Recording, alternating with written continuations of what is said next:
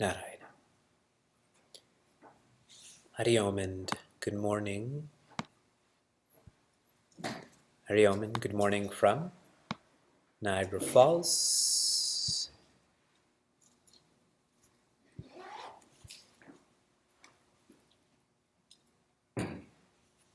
In Valmikiji's Ramayana, there is a special part that's become quite famous in people acting this out in TV serials.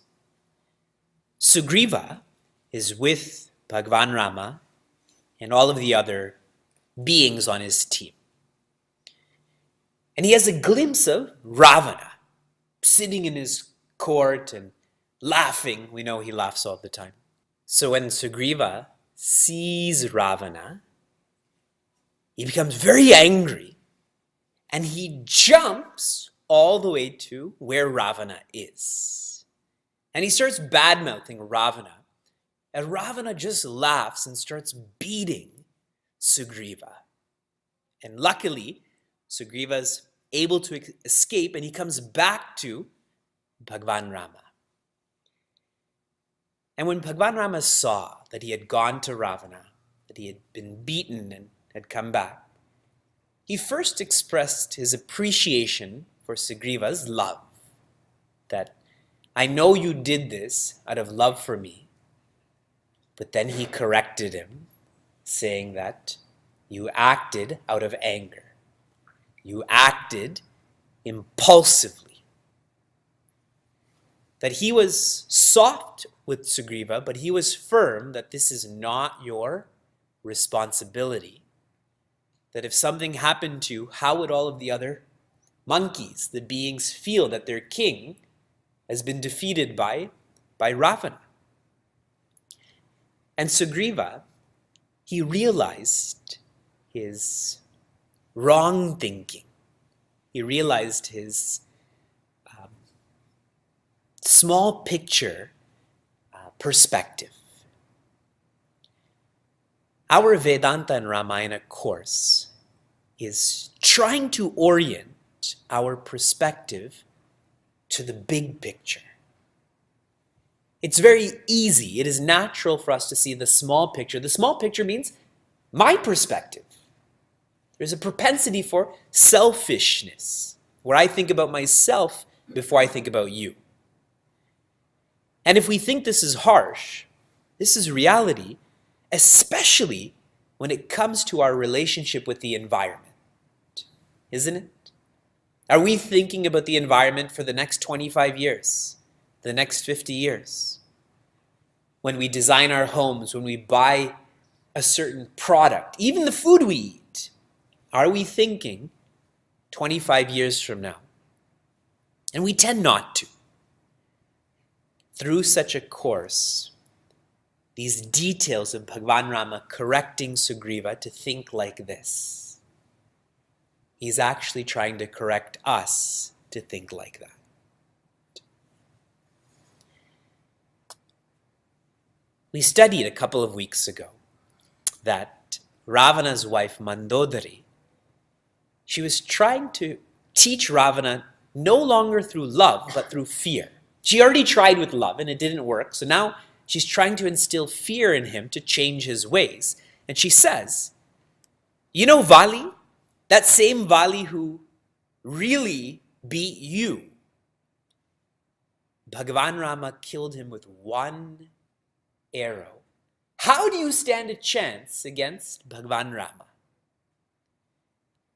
And as is typical nature of Ravana, what did he do? He laughs this away.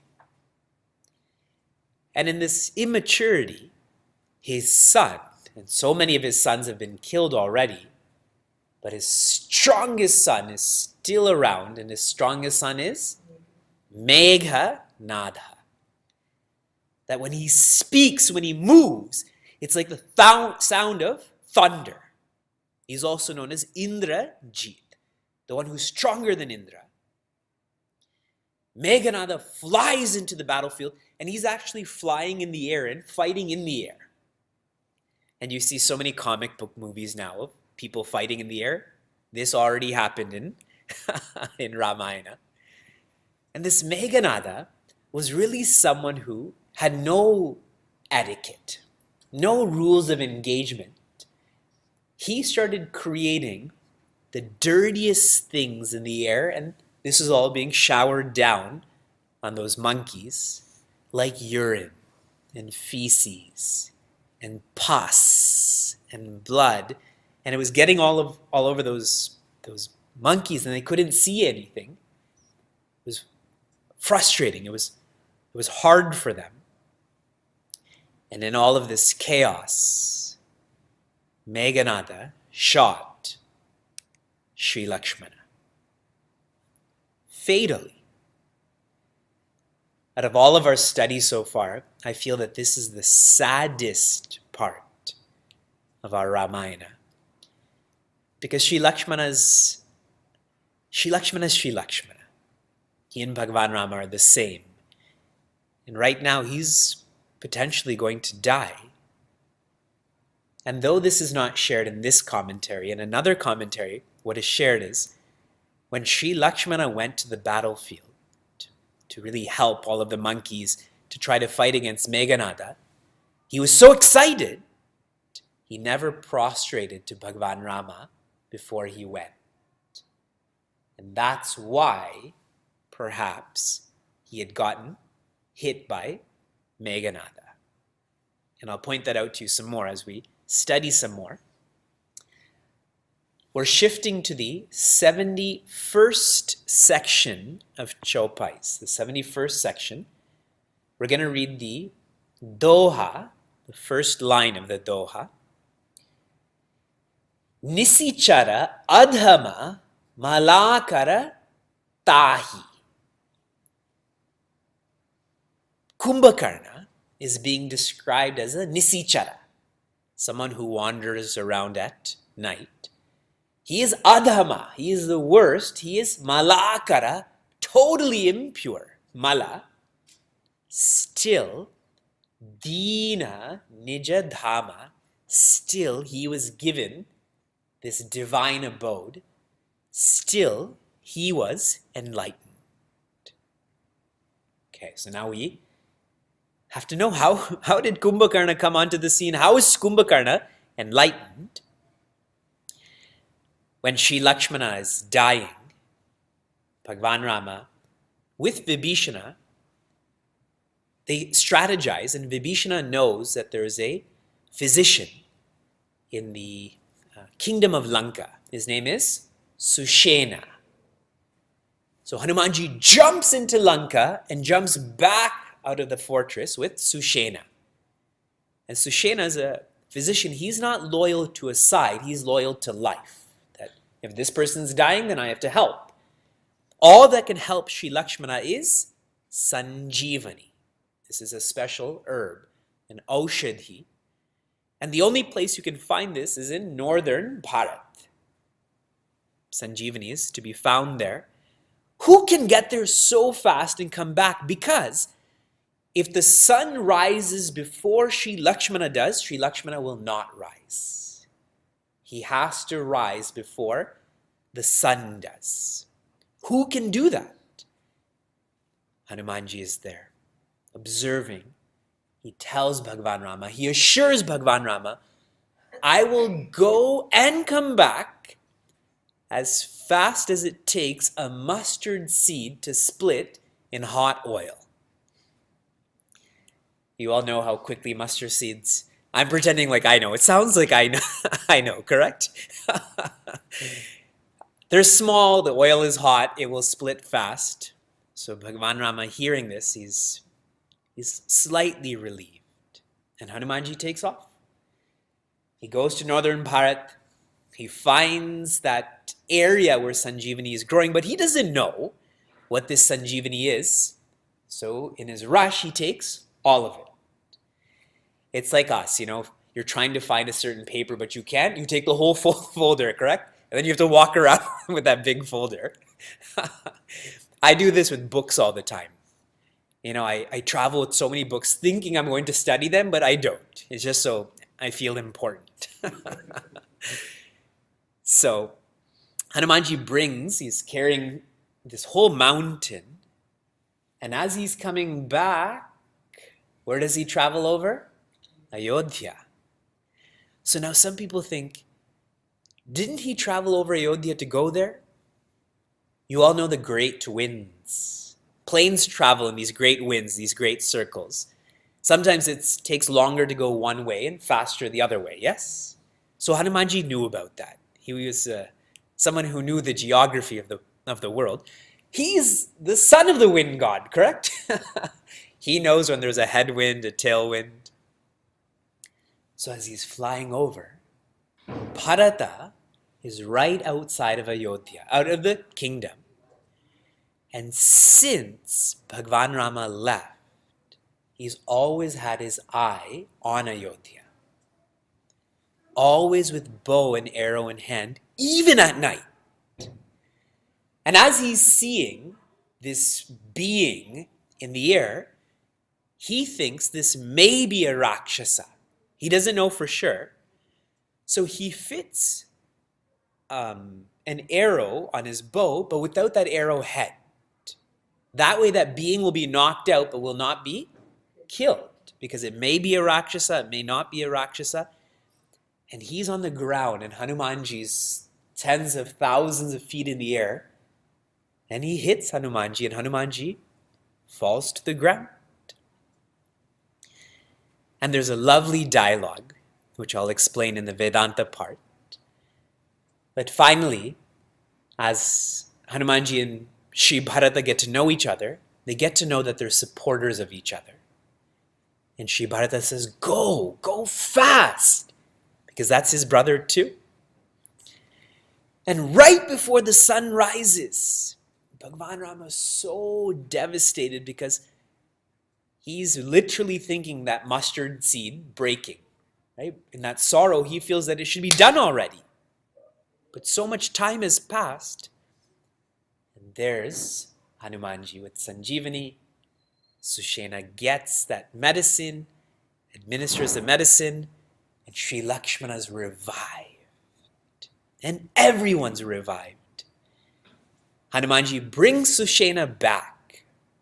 There's so much thoughtfulness that he actually returns the physician. There's no possessiveness there. So now with Sri Lakshmana alive again, Ravana and the Rakshasas regroup. They thought Sri Lakshmana was going to die, which means Bhagavan Rama was going to die, which means they would have won. But now everyone's strong. So what to do? They call in Kumbhakarna. Karna means ears. These are karnas. Kumbha means pots.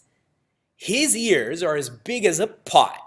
And not these small katoris, like an Instapot.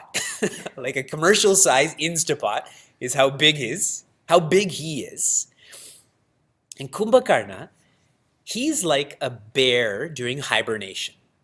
He sleeps for 6 months, gets up for 1 day to support his digestion so he can sleep for another 6 months. And he had just gone to sleep a little while ago.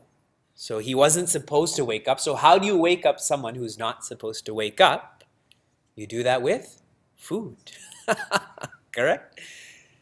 So they started bringing all of these buffaloes. And these are not buffaloes to walk on them. These are buffaloes for him to eat. They start bringing wine, not bottles of wine, but barrels of wine.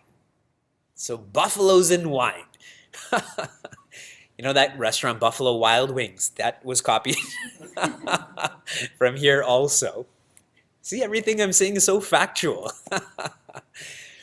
And in one Ramayana, what's described, what they did to wake up Kumbhakarna, is they put rats in his nose.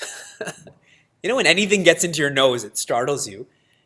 For us, if a small piece of lint goes in our nose, it startles us. Imagine a whole rat going into his nose. And finally, Kumbhakarna woke up. And he was groggy and frustrated. There Ravana is explaining why he was woken up. And when Kumbhakarna was hearing Ravana describe kidnapping Mother Sita, that Akshay Kumar has died, that Meghanada is losing, Kumbhakarna says, "We've already lost. Why did you wake me up?" He said, "You've kidnapped Mother Sita. She's Jagadamba." He describes her as Jagadamba.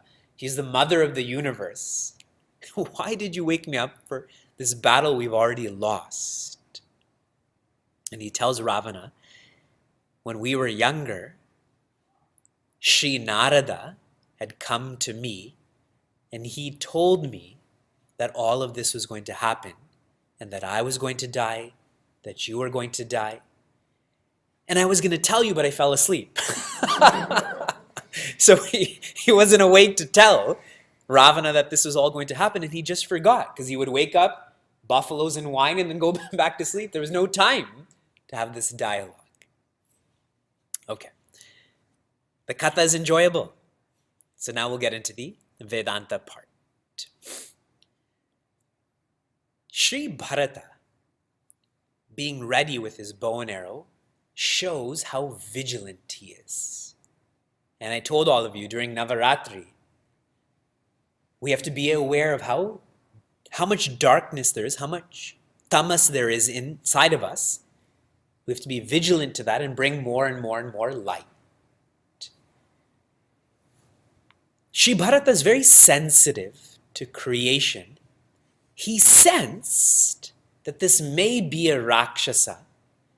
It wasn't a Rakshasa, but Hanumanji, for a moment, had a Rakshasa vritti. Vritti means thought. A Rakshasa is someone who is egotistical. As Hanumanji is flying back with Sanjeevani, he's thinking, look at how much work I've done, how I'm going to help Bhagwan Rama. So just that Rakshasa vritti, Sri Bharata sensed that and he knocked him out. He knocked that Rakshasa vritti out. Now for all of us, we have to be that vigilant to those Rakshasa vrittis that we have, isn't it? And this is emphasized even more as Sri Bharata realizes that Hanumanji is helping Bhagwan Rama, not hurting Bhagwan Rama. Then he says, you have to go fast. He says, you sit on my arrow and I'll shoot you to Lanka.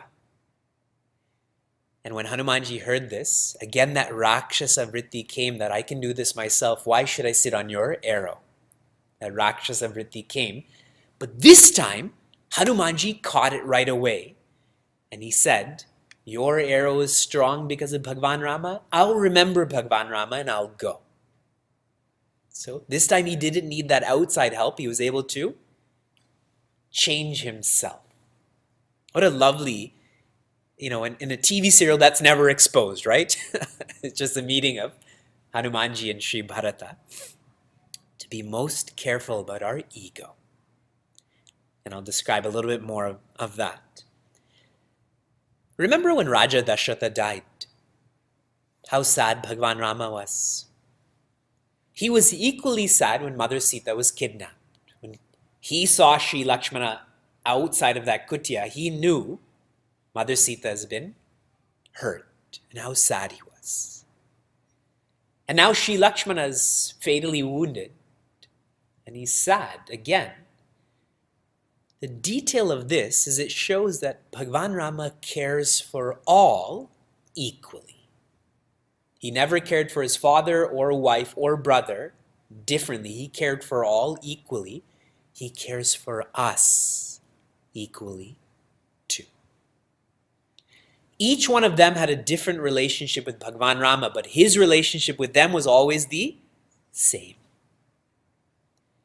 As we think, that we're indulgent or indisciplined or we don't give enough time to God, remember, Bhagwan still loves us, even if we don't love Bhagwan.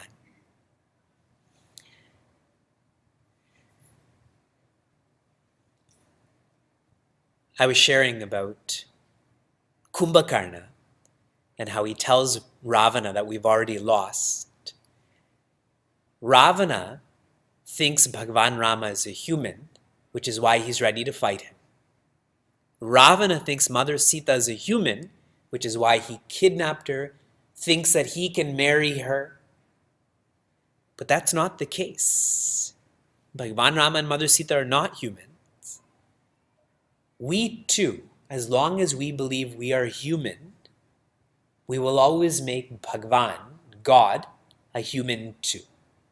We won't have that faith in Bhagwan. But once you start to believe that you're more than a human, which you are the children of Bhagwan, which means you are Bhagwan. When we start to believe that we're more than just our professions, more than just our relationships, we start to have more faith in Bhagwan. Ravana does not. Hanumanji and Sri Bharata do believe they're not just humans. They have faith in Bhagwan Rama. Now Kumbhakarna. There's so much of description of how Kumbhakarna is fighting all of the beings. I had shared with you that Kumbhakarna had fallen asleep and he didn't tell Ravana about Bhagwan Rama. When we are sleepy, this really is symbolic for forgetfulness. When we're sleepy, we forget, correct? If you're driving and you're sleepy, you miss turns. And when we forget, we make mistakes. So we have to let go of that Kumbhakarna in our personality, which is that sleepiness, isn't it? We are very awake when it comes to making money, but very sleepy when it comes to giving money, isn't it? What did you say? That sleepiness leads to forgetfulness. So if you're someone who forgets a lot, that's a sign of tamas. Then naturally there's going to be mistakes. This Kumbhakarna, remember when he woke up, he said, we've already lost. This is the mother of the universe. And what did Ravana do right away? He gave him meat and wine. It shows that Kumbhakarna is someone who's rajasic. They're easily influenced. When they're around sattvic people, they become sattvic. Jagadamba, this is Bhagwan Rama. But as soon as that meat and wine is introduced, tamasic. He said, okay, let me eat and drink. And he went and fought, correct? If he genuinely felt that Mother Sita is the mother of the universe, he wouldn't have fought against her husband. But easily influenced.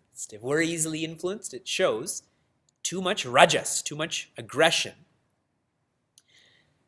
When Kumbhakarna comes onto the battlefield, one of the first people he meets is Vibhishana. Vibhishana says, I am your brother. Kumbhakarna says, what are you doing here? Vibhishana explains that he got kicked out, he's helping Bhagwan Rama. And Kumbhakarna is not totally drunk yet, he's not totally lost yet. He says to Vibhishana, Dhanya, Dhanya, Dhanya. He says it 3 times. You are blessed. You are blessed as a seeker. That you are with Bhagwan Rama. You are blessed because you're giving blessings to our family. People will remember Ravana hated Bhagwan Rama, that I fought against Bhagwan Rama, but they'll remember you loved Bhagwan Rama. You're giving pride to our family. And not just to our family, to all Rakshasas. You are a jewel, and we are all carbon. Just like Prahlada, correct? Prahlada saved his father. So Kumbhakarna shares this, and I think a lot about this. How do you express deep love for your family, for your society? By becoming happier, to be enlightened. People will always remember you gave birth to that enlightened person. That you are the relative of someone who's always cheerful, isn't it? So some more symbolism. When Kumbhakarna came onto the battlefield, he went without any buddy and without any weapons. He is the icon for ego. And our ego will always think we can do it by ourselves. Never asking for help, isn't it? Our ego will always think that it's more powerful than it actually is. No weapons. And these monkeys, I'd shared with all of you in an earlier chapter, all of these monkeys symbolize different sadhanas. Like japa, puja, service, chanting. Each of these monkeys. And how easily an egotistical person, all of those disciplines are wiped out. I sit before you and tell you, I did 10 japa malas this morning. And I look at you like this, Was there any purpose in me chanting them? See how that ego can erase millions of years of effort, millions of hours of evolution can be erased by this ego. And nobody can stop him. In this battle, Kumbhakarna hits Hanumanji so hard that he becomes unconscious. Have you ever heard of Hanumanji becoming unconscious? But he is. And everyone's getting beat down. Sugriva was captured and put in Kumbhakarna's armpit. So Sugriva pretended to be dead. And then when he kind of let him go, Sugriva bit his nose and ears off. And so all of the monkeys that were put in Kumbhakarna's mouth, they were escaping through his nose and ears because they're just holes in his head. But nobody could stop him other than Bhagwan Rama. Bhagwan Rama is the icon for knowledge. The final sadhana, the final discipline that can take down Kumbhakarna is knowledge.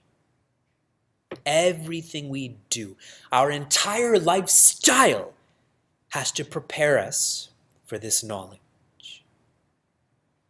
If we're celebrating Navaratri, if we're giving charity, etc., etc., etc., but it's not purifying the mind, it's not making me internalize knowledge, then Kumbhakarna is still causing havoc.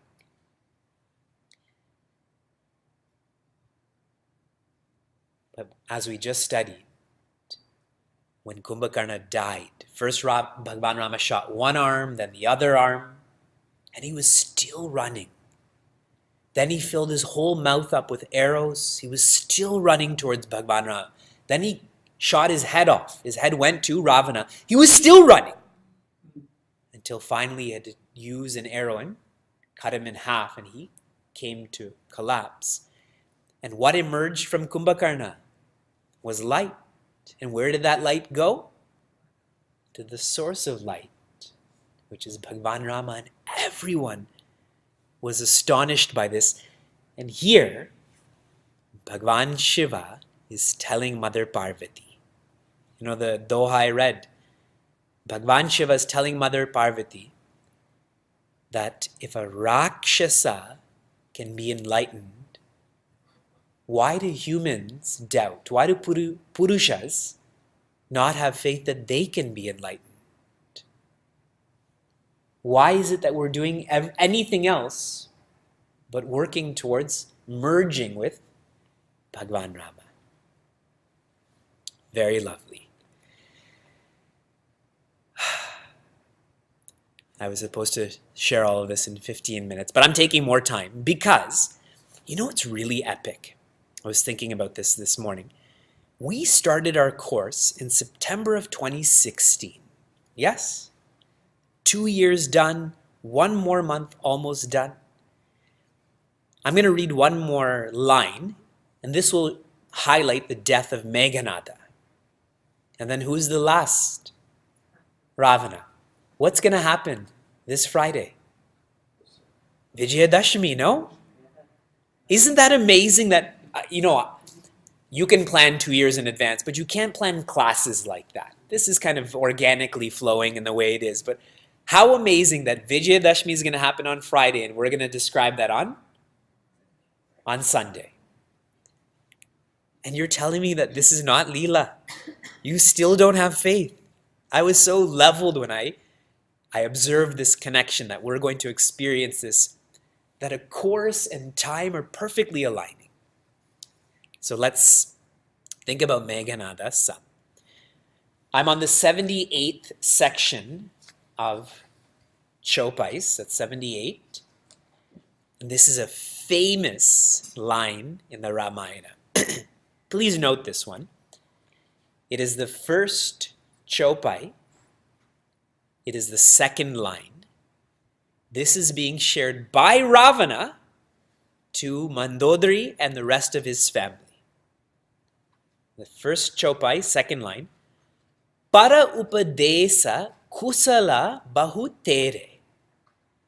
Giving others advice, there are lots of people who are experts at it. Correct? We are all experts at giving advice, correct? Je acharihi te narana ghanere.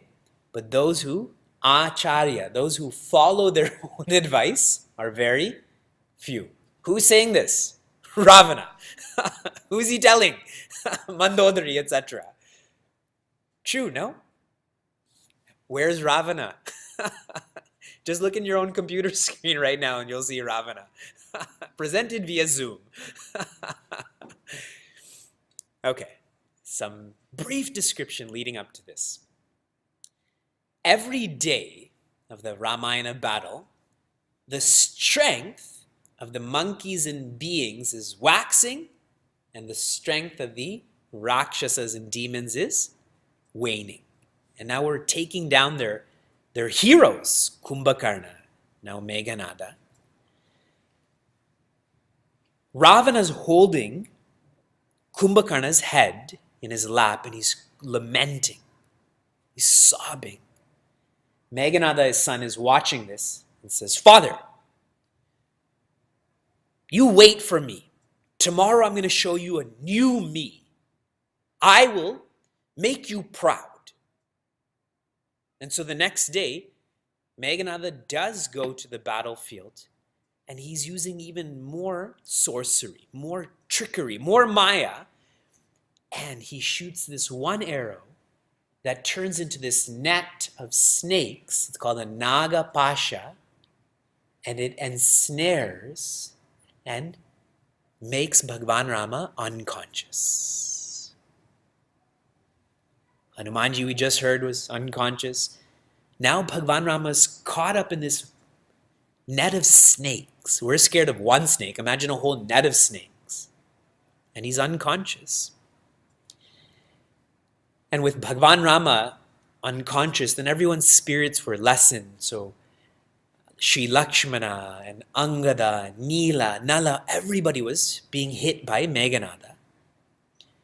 Other than Jambavan. And Jambavan starts trash talking Meghanada. He starts insulting Meghanada. And so Meghanada starts insulting him. Hey, old man, you keep your mouth shut or I'm going to shut your mouth for you. You can learn a lot about dialogue, Sattvic dialogues in Ramayana too. So Meghanada throws this trident, this Trishul at Jambavan, and Jambavan quickly catches it and throws it back at him. And this hits Meghanada, but he doesn't die. And Jambavan keeps beating Meghanada. Jambavan's the bear, the really old one. But then he remembers, and I'll tell you what he remembers shortly. He remembers something.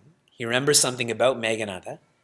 So he takes him by the leg and he throws him to the gates of Lanka, and he's picked up and brought to Ravana. So Meghanada is beat again. Ravana's holding Meghanada in his lap. He's rubbing his hair, rubbing his face, and Meghanada wakes up and he's embarrassed that he's a grown man. He's supposed to be making his father proud, and his father's rubbing his hair. He says, give me one more chance. What I'll do is I'll engage in a yajna to get special strength and special weapons. So he leaves again. He goes into this cave and he's engaging in this yajna. And Vibhishana has his spies. Vibhishana's spies tell Bhagwan Rama that, hey, he's engaging in this yajna. If we don't stop this yajna, he'll be invincible. So Bhagwan Rama sends Hanumanji, etc., and says, go and destroy the yajna. And Sri Lakshmana, your orders are to kill Meghanada. And Meghanada has this yajna going on. These monkeys keep on throwing stuff to destroy the yajna, but Meghanada is unmoving, so they start pulling his hair and scratching him like brothers and sisters. And he gets really angry and he runs away from that yajna, and he and Sri Lakshmana get into this intense battle, and finally Sri Lakshmana is able to kill Meghanada. And Hanumanji takes his body and puts it outside of Lanka. That's such a lovely thought because it shows their respect for even the enemy. Okay, and there's lots more of this which I'll discuss more next week, but some Vedanta, okay? How come Bhagwan Rama got hit by this snare of snakes? How come he became unconscious? We just studied here in Niagara Falls. Tera arpan. That everything belongs to you, including the snakes, the net of snakes. How come this happened? Bhagwan Rama allowed himself to be hit, to become unconscious, because we can relate to him more. When we hear that Garuda, his vehicle, came and started tearing up these snakes, there's more depth to Bhagwan Rama then. It's like we're creating more substance that we can hold on to of the Lord, because, as we studied in Upadesha Sara, when we chant a divine name, when we do japa, whatever you speak, you think about. Whatever you think about, you develop into. If that name you take lacks substance, you will get bored. But when a name has infinite substance, like Bhagwan Rama being captured by the serpents, but then his vehicle comes and frees him, and he tells Sri Lakshmana to go hit Meghanada, there's so much to think about. So he's as if creating substance to his name. What Goswamiji says, do you think someone whose presence can cut down bondage can actually be bound? When you think that this actually happened because of his weakness, it's because we're too intellectual. We take matters too literally. He's allowing this to happen, and we cannot understand this. We simply have to have faith. We actually have to surrender logic and that intellect to the divine and mysterious ways of the Creator. The one who cuts down bondage can never be bound. When Jambavan defeats Meghanada temporarily, it shows that every one of us has a strength. Meghanada thinks Jambavan is old. He's useless. But that same Jambavan is someone who's wise.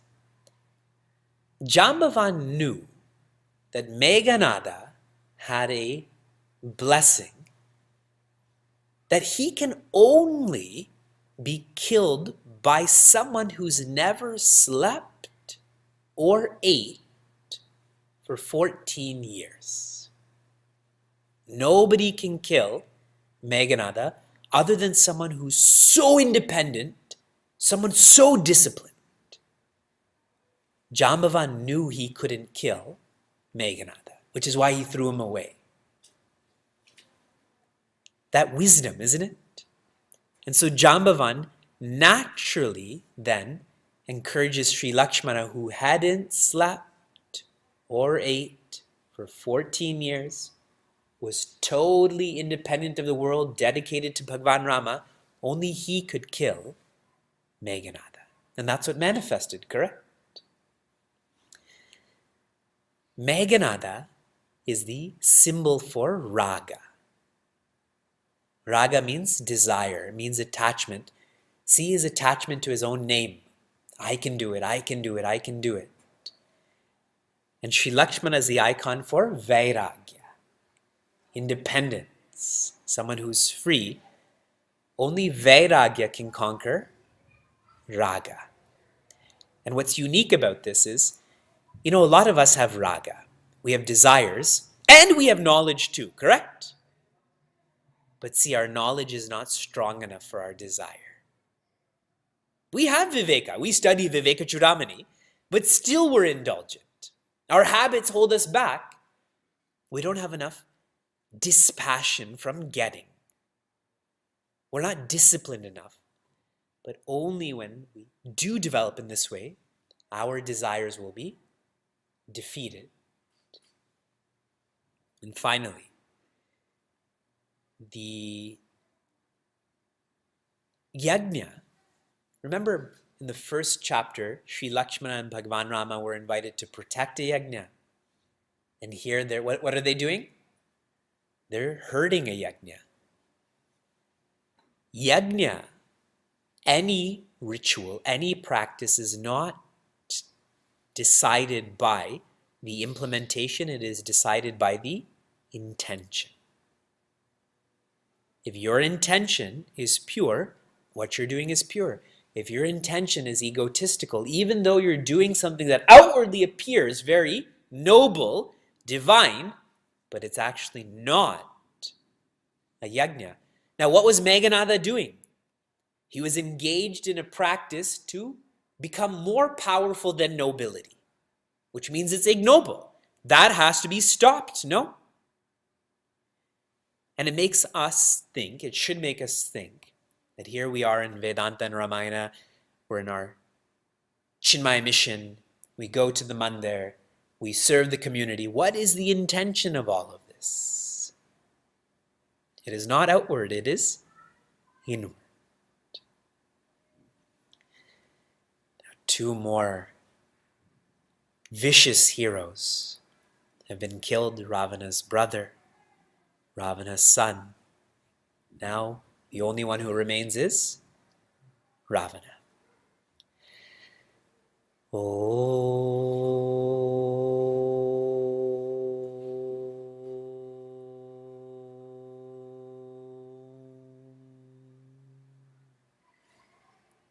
Narayana.